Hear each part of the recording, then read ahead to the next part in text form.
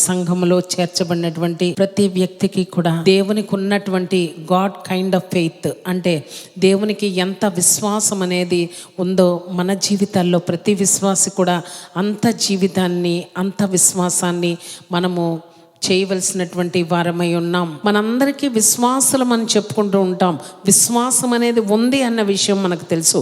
కానీ ఆ విశ్వాసాన్ని ఎంత పరిమాణం చొప్పున మనం తీసుకుంటున్నామంటే, మనం రోమీలకు రాసినటువంటి పత్రిక 12వ అధ్యాయము 3వ వచనం, దేవుడు ఒక్కొక్కనికి విభజించి ఇచ్చిన విశ్వాస పరిమాణ ప్రకారం, ఒక్కొక్కనికి విభజించి ఇచ్చిన విశ్వాస పరిమాణ ప్రకారము దేవుడు ప్రతి మనిషి యొక్క జీవితంలోనూ ఆయన ఏ ఉద్దేశాన్ని అనుకున్నారో ఆ ఉద్దేశ ప్రకారము ప్రతి వానికి విశ్వాసము పరిమాణము చొప్పున విభజించి ఇచ్చారు అన్న విషయాన్ని మనం ఇక్కడ చూస్తాం.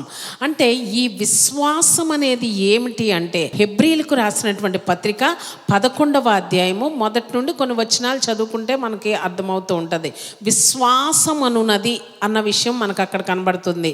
కానీ ఇంగ్లీష్ బైబిల్లో మనం చూస్తే నౌ ఫెయిత్ అన్న విషయం మనకు కనబడుతుంది. అంటే నౌ ఫెయిత్ అంటే విశ్వాసం ఎప్పుడో గతంలో నువ్వు ఉంచావని కాదు, రాబోయే దినాల్లో నువ్వు ఉంచుతావని కాదు.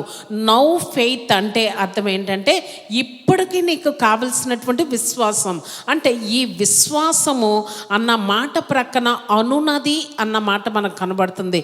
అంటే ఇంగ్లీష్ బైబిల్లో ఏమని ఉంటుందంటే ఫెయిత్ ఈజ్ ద సబ్స్టెన్స్, అంటే అది ఖచ్చితంగా అది అక్కడ ఉంది అన్న విషయాన్ని మనము జ్ఞాపకం చేసుకోవాలి. అసలు విశ్వాసం అంటే ఏంటి అన్న విషయాన్ని మనం ఆలోచిస్తే, ఫెయిత్ అంటే కన్ఫర్మేషన్, ఫెయిత్ అంటే అష్యూరెన్స్, ఫెయిత్ అంటే అఫర్మేషన్, ఫెయిత్ అంటే ఒక టైటిల్ డీడ్ గా మనము పరిగణిస్తూ ఉంటాం. టైటిల్ డీడ్ అంటే ఏంటంటే ఏదో ఒక పొజిషన్ మీద నువ్వు రైట్ సంపాదించుకొని నీకు ఓనర్షిప్ సంపాదించుకున్న దాన్నే మనం టైటిల్ డీడ్ అంటాం. ఫర్ ఎగ్జాంపుల్, ఒక డాక్యుమెంట్ ఉంటుంది.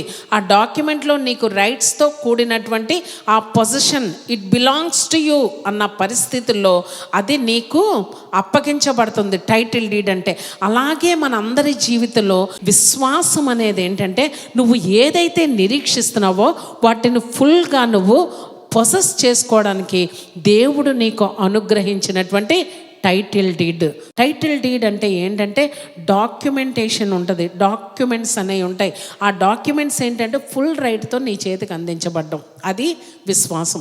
అంటే ఆల్రెడీ డాక్యుమెంట్స్ అంటే దేవుని యొక్క ప్రామిసెస్, దేవుని యొక్క వాగ్దానాలన్నీ మన చేతుల్లో నీకు ఫుల్ రైట్స్తో, నువ్వు ఏ ఏరియాలో నువ్వు ఏది సంపాదించుకోవాలనుకుంటున్నావో వాటన్నిటినీ పొసెస్ చేసుకోవడానికి దేవుడు నీకు డాక్యుమెంట్స్ అనుగ్రహించాడు, వాక్యం అనుగ్రహించాడు, వాగ్దానం అనుగ్రహించాడు. నువ్వు మెడిటేట్ చేసుకోవడం అనేది నీ పని, నువ్వు యాక్టివేట్ చేసుకోవడం, ఫెయిత్ యాక్టివేటెడ్ సిస్టమ్ అంటాం. అంటే నీలో ఉన్నటువంటి ఆ విశ్వాస పరిమాణాన్ని నువ్వేం చేయాలంటే యాక్టివేట్ చేసుకోవాలంట. ఒకవేళ హీలింగ్ నీకు అవసరమైతే, హీలింగ్ నువ్వు నిరీక్షిస్తున్నావు అనుకో, లేకపోతే నీకు ఒక ఆర్థిక ఇబ్బందుల్లో నలిగిపోతున్నావు, ఆ ఆర్థిక ఇబ్బందుల్లోంచి నీకు విడుదల కావాలనుకోండి, లేకపోతే ఒక ఇబ్బందుల్లో ఉన్నామనుకోండి, ఒక బంధకాల్లో ఉన్నామనుకోండి, దానిలో ఉండి మనకి ఏం కావాలంటే డెలివరెన్స్ కావాలి. అయితే వీటన్నిటి మీద మనం ఏం చేయాలంటే, ఇవన్నీ నిరీక్షణతో కూడినటువంటి విషయాలు.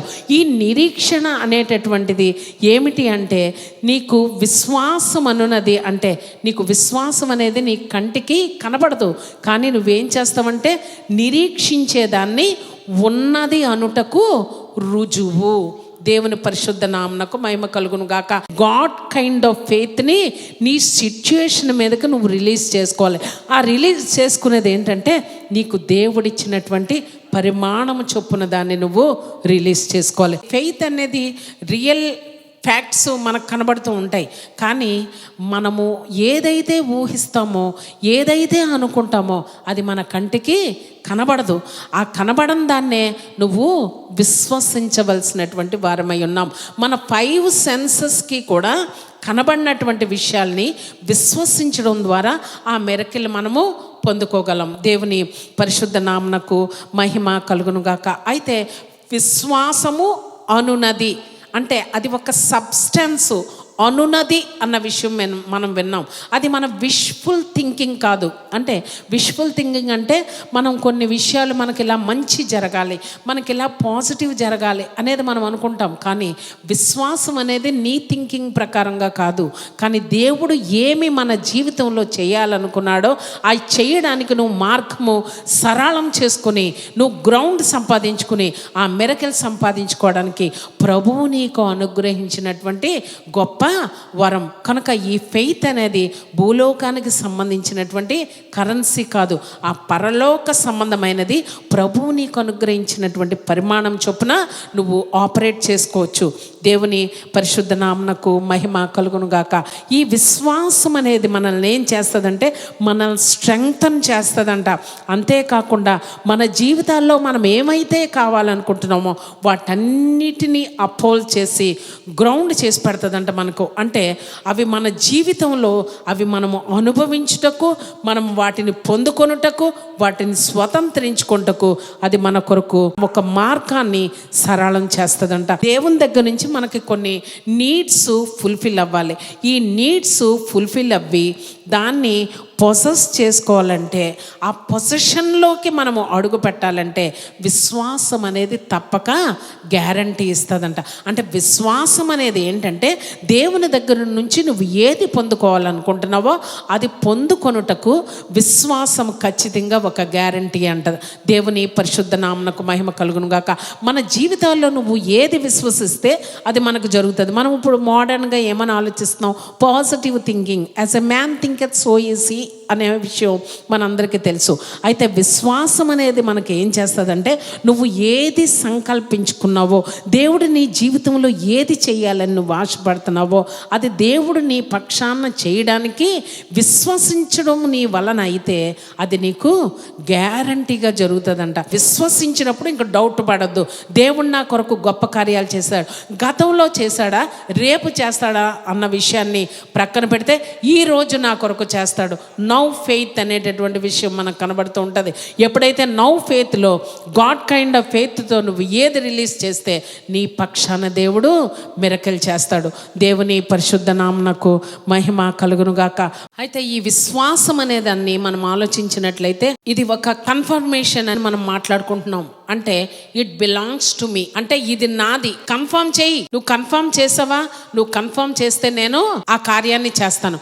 కనుక కన్ఫర్మేషన్ అనేది మన పార్ట్, మిరకిల్ చేయడం దేవుని పార్ట్. స్పెసిఫిక్గా నాకు ఇది కావాలి ప్రభా అని నువ్వేం చేయాలంటే నీ అంతటి నువ్వు కన్ఫర్మేషన్ చేసి చూపించాలంట. దేవుడు చేసేటటువంటి పని దేవుడు చేసి చూపిస్తాడంట. అది ఒక ఎష్యూరెన్స్ అనేటటువంటి విషయాన్ని కూడా మనము ఆలోచన చేయాలి. మనము చూడలేనటువంటి వాటిని, మనకు కనబడనటువంటి వాటిని, లేని వాటిని, ఏదియూ లేనట్టి శూన్య స్థితిలో ఉన్న వాటిని దేవుడు ఏం చేస్తాడంట? ఉన్నవి అనుటకు రుజువు చేసి చూపించేదే మన యొక్క విశ్వాసం అంటారు. ఏ లివింగ్ రియాలిటీ అంటారు. ఫైనాన్సెస్ నీకు కనబట్టలేదు, హెల్త్ నీకు కనబట్టలేదు, కానీ నువ్వు విశ్వసించుట ద్వారా ఫైనాన్సెస్ వాటంతటా వస్తాయంట. హెల్త్ నీ జీవితంలో నీకు వస్తుందంట. డెలివరెన్స్ నీ జీవితంలో నీకు వస్తుందంట. నువ్వు నిరీక్షిస్తున్నావు కదా, అవి ఆల్రెడీ నీ పొజిషన్లోనే ఉన్నాయంట. ఆ పొజిషన్లో ఉన్న వాటిని నువ్వేం చేయాలంటే నీ ఫెయిత్ని రిలీజ్ చేయడం ద్వారా వాటన్నిటినీ నువ్వు యాక్టివేట్ చేయగలవంట. దేవుని పరిశుద్ధ నామమునకు మహిమ కలుగును గాక. అనేక మంది ఈ విశ్వాసం లేని వాళ్ళు ఆర్థిక ఇబ్బందులకు, కుటుంబ సమస్యలకు, ఆ బంధకాలకి వాళ్ళ ఆత్మహత్యలు చేసుకుంటూ ఉన్నారు. మనం ఈరోజు సజీవులుగా సంతోషంగా దేవుని మందిరాల్లో ఉంటున్నామంటే దేవుడు మనకిచ్చినటువంటి ఆ విశ్వాసాన్ని బట్టి నిరీక్షిస్తూ, ఆ నిరీక్షణ కొరకు మనము ఎదురు చూస్తూ మన విశ్వాసము ద్వారా వాటిని పొసెస్ చేసుకుంటామన్న విషయాన్ని మనము జ్ఞాపకము చేసుకొనవలసినటువంటి వారమై ఉన్నాం. మన జీవితంలో నువ్వు ఏదైతే హోల్డ్ చేసుకున్నావో, ఏదైతే నువ్వు విశ్వసిస్తున్నావో అది ఖచ్చితంగా నీ జీవితంలో it shall come to pass. అంటే అది ఖచ్చితంగా నెరవేరుతుందంట. తగిన కాలంలో అది నెరవేరుతుందంట. నువ్వు ఏదైతే యోచిస్తున్నావో ప్రభు దాన్ని స్థిరపరుస్తాడు. బలపరుస్తాడంట. మనందరి జీవితాల్లో అప్ అండ్ డౌన్స్ అనే ఉంటాయి లేదా? ఒక్కొక్కసారి మనకు అంత ఆర్థికంగా భలే మంచిగా ఉంటాం, కొన్ని సందర్భాల్లో డౌన్కి వెళ్ళిపోతాం, కొన్ని సందర్భాల్లో మౌంటైన్ పీక్స్కి వెళ్ళిపోతాం, కొన్ని సందర్భాల్లో డీప్ డౌన్ ఇంటూ ద వ్యాలీస్కి వెళ్ళిపోతూ ఉంటాం. అప్ అండ్ డౌన్స్ మన జీవితంలో ఉంటాయి, కానీ ఆ అప్ అండ్ డౌన్స్ మన జీవితాన్ని కంట్రోల్ చేయడానికి నువ్వు పర్మిషన్ ఇవ్వకూడదు. ఎందుకంటే ప్రతి మనిషి జీవితంలో అప్ అండ్ డౌన్స్ ఉంటాయి. అలాగే నాకు వచ్చినాయి. ఖచ్చితంగా ప్రభు నా విశ్వాసం ద్వారా వాటన్నిటినీ నేను జయించగలనని మనము విశ్వసించవలసినటువంటి వారమై ఉన్నాం. దేవుని పరిశుద్ధ నామమునకు మహిమ కలుగునుగాక. పాత నిబంధన కాలంలో మనం భక్తుల్ని చూసుకున్నట్లయితే వాళ్ళందరూ ఫెయిత్ ఇన్ గాడ్ అంటాం. అంటే వాళ్ళు దేవుని మాట యందు వాళ్ళు విశ్వాసం ఉంచారు. అంటే వాళ్ళు దేవుని యొక్క మాటకు వెరీ లాయల్గా ఉన్నటువంటి విషయాన్ని మనం చూస్తాం. They were loyal to the word of God అంటాం. అంటే దేవుని యొక్క మాటకు వాళ్ళ విధేయత చూపించి రివరెన్షియల్ ఫియర్ అంటాం. భయం, దేవుని అందలి ఆ భయముతో, భక్తితో, రెస్పెక్ట్తో ఆనర్ చేస్తూ ప్రభువు ఈ కార్యం చెప్పాడు కనుక ఈ కార్యం చేస్తాడని వాళ్ళు విశ్వసించారు. వాళ్ళ దేవుని మాటను నమ్మారు కనుక ఆ మాట వారి లైఫ్స్ని రెగ్యులేట్ చేసినటువంటి విషయాన్ని మనం చూస్తాం. హెబ్రీలకు రాసినటువంటి పత్రిక 11వ అధ్యాయంలో మనకు కనబడుతూ ఉంటది. అక్కడ హాల్ ఆఫ్ ఫెయిత్ అంటాం, అంటే హీరోస్ ఆఫ్ ఫెయిత్ అంటాం, విశ్వాస వీరుల జాబితా. వాళ్ళందరూ దేవుని మాటల్లో వాళ్ళు భయభక్తులు కలిగి ఆ లాయల్టీతో వారు ఆ కార్యాలన్నీ సంపాదించుకున్నటువంటి విషయాన్ని మనం చూస్తాం. ఇప్పటి కాలంలో, ఈ కాలంలో మనకు కావాల్సింది ఏంటంటే హెబ్రీలకు రాసినటువంటి పత్రిక 6వ అధ్యాయము 12వ వచనం మనం చదువుకుందాం. మీరు విశ్వాసము చేతను, ఓర్పు చేతను వాగ్దానములను స్వతంత్రించుకొని వారిని పోలి నడుచుకొనున్నట్లుగా మీలో ప్రతి వాడును మీరిది వరకు కనుపరిచిన ఆసక్తిని తుదమట్టుకు కనుపరచవలనని అపేక్షించుచున్నాను. ఇది వరకు మీరు ఏం చేశారంటే నిరీక్షింపబడిన వాటిని పూర్తిగా పొసెస్ చేసుకుంటామని మీరు విశ్వసించారు. అవి పొసెస్ చేసుకున్నారు. గతంలో అందరి చరిత్రలో జరిగినటువంటి విషయమే. వాటిని అక్కడతో విడిచిపెట్టక వాటినే మళ్ళీ తిరిగి ఫెయిత్ యాక్టివేట్ చేసుకుని మళ్ళీ పోయిన కాలంలో మీరు ఎలాగ పొసెస్ చేసుకున్నారో మళ్ళీ అలాగే మళ్ళీ పొసెస్ చేసుకోవాలని మీ విశ్వాసాన్ని మరలా నూతనపరుచుకొని విశ్వాసము నుండి అధిక విశ్వాసంలోనికి వెళ్ళి మీలో ఉన్న విశ్వాసాన్ని మీరు యాక్టివేట్ చేసుకుని మరలా అటువంటి మిరకిల్స్ మీ జీవితంలో పొందాలని అపేక్షించుచున్నాను. దేవుని పరిశుద్ధ నామమునకు మహిమ కలుగును గాక. పోయినసారి ఒక ఇల్లు వచ్చింది, ఆ ఇల్లు సరిపోదు, ఇంకొక ఇల్లు నీకు కావాలి. ఆ ఇంటి కొరకు నువ్వు ఎంత ప్రార్థన చేసుకున్నా, అది పొసెస్ చేసుకున్నావో మళ్ళీ తిరిగి నీ ఫెయిత్ నువ్వు యాక్టివేట్ చేసుకుని క్రొత్త లెవెల్లో నీ క్రొత్తగా నువ్వు నిరీక్షించే వేటినో వాటిని మళ్ళీ తిరిగి నువ్వు పొసెస్ చేసుకోవాలి. దానికి మనకి ఏం అవసరం అంటే విశ్వాసము అవసరం అనేటటువంటి విషయాన్ని మనం చూస్తాం. అయితే మనందరికీ తెలిసినటువంటి విషయమే. 2వ కొరింథీయులకు రాసినటువంటి పత్రిక 4వ అధ్యాయము 13-14 వచనాలు చదువుకుందాం. కాగా విశ్వసించి తిని గనుక మాట్లాడి తిని కనుక ఇప్పుడు మనకి క్రొత్త నిబంధనకు వచ్చేసరికి పాత నిబంధన కాలంలో ఏంటంటే వాళ్ళ దేవుడు చెప్పినటువంటి విషయాల్ని లాయల్గా రివరెన్షియల్ ఫియర్తో వాళ్ళు విని వాళ్ళు నమ్మి ఆ ఫలాలు వాళ్ళు పొందుకున్నారు. ఇప్పుడు క్రొత్త నిబంధన కాలంలో విశ్వాసులమైనటువంటి మనం చేయవలసిన పని ఏంటంటే విశ్వసించి తిని కనుక మాటలాడి తిని దేవుని ప్రకారం అట్టి విశ్వాసముతో కూడిన ఆత్మ గలవారమై. ఎట్టి విశ్వాసము? విశ్వసించి తిని కనుక మాటలాడి తిని అన్నటువంటి విశ్వాసముతో కూడిన ఆత్మ కలవారమై ప్రభువైనటువంటి యేసును లేపిన వాడు యేసుతో కూడా మమ్మును లేపి మీతో కూడా తన ఎదుట నిలువబెట్టునని ఎరిగి మేమును విశ్వసించుచున్నాము కనుక మాటలాడుచున్నాం. దేవుడు నీకేమిచ్చాడు తెలుసా? ఫెయిత్ యాక్టివేట్ యాక్టివేటెడ్ సిస్టమ్ అనేది నీకు అనుగ్రహించాడు. అంటే నువ్వేం చేయాలంటే వాళ్ళు ఏం చేశారంట, విశ్వసించారు కనుక మాట్లాడారు. మనం కూడా చేయవలసిన పని ఏంటంటే విశ్వసించారు. పాత నిబంధనకి క్రొత్త నిబంధనకి తేడా. వాళ్ళు ఏం చేశారంటే దేవుని మాట విని విశ్వసించి దేవుడు మా కొరకు ఇలా చేస్తానని చెప్పాడు కనుక వాళ్ళు చెప్పుకున్నారు. మనకు ఇప్పుడు మనం విశ్వసించేసాం ఆల్రెడీ, అవన్నీ మనం వినేసాం కనుక ఆల్రెడీ మనం ఏమైపోయామంట, క్రొత్త నిబంధనలో విశ్వాసులం అయిపోయాం కనుక మనం విశ్వసించాము కనుక మనం మాట్లాడేయడమేనంట.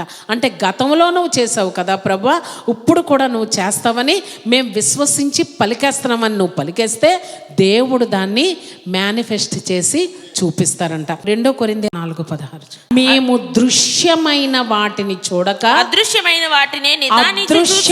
వాటిని నిదానించి చూచుచున్నాం గనుక క్షణమాత్రముండు ఈ చులకని శ్రమ చాలు. దృశ్యమైనవి ఏంటంటే టెంపోరల్ థింగ్స్, అదృశ్యమైనవి ఏంటంటే ఇటర్నల్ థింగ్స్. మనకు కనబడే ఏంటంటే ఆర్థిక ఇబ్బందులు, కుటుంబ సమస్యలు, వ్యాధులు నీ కళ్ళకు కనబడుతున్నాయి. ఈ కళ్ళకు కనబడుతూ ఉన్నటువంటి ఈ సమస్యలు, ఈ ప్రాబ్లమ్స్, ఈ సిచ్యుయేషన్స్, ఈ circumstances they have to shift అంటారు. ఖచ్చితంగా మారాలంట. దేవుని పరిశుద్ధ నామమునకు మహిమ కలుగును గాక. కనబడేటటువంటి పరిస్థితులు ఖచ్చితంగా చేంజ్ అవ్వడానికి అవకాశం ఉందంట. కనబడనివి ఆ ఇటర్నల్ థింగ్స్ ఎప్పుడూ మార్పు చెందవంట. నీవు సర్వ సమృద్ధితో సకల ఆశీర్వాదాలతో నువ్వు జీవించాలంటే ఇవన్నీ పరసంబంధమైనటువంటి ఆశీర్వాదాలు కనుక భూలోకంలోకి రావాలంటే నీ ఫెయిత్ని నువ్వు యాక్టివేట్ చేయాలి. ఎప్పుడైతే నువ్వు ఫెయిత్ని యాక్టివేట్ చేసావో నీకు అన్ని నెగిటివ్ సిచ్యుయేషన్స్, నెగిటివ్ సర్కమ్స్టాన్సెస్ నువ్వు అనుభవిస్తూ ఉన్నావు కనుక అవి ఖచ్చితంగా చేంజ్ అయిపోయిందంటే అర్థం ఏంటంటే పరలోక ఆశీర్వాదాలు, పరలోక సమృద్ధి, పరలోక స్వస్థత, పరలోక విడుదల ఆ మన సంఘంలో ఉన్నటువంటి ప్రతి బిడ్డకు ఆ పరిశుద్ధాత్మ దేవుడు అనుగ్రహించును గాక. ఆమేన్.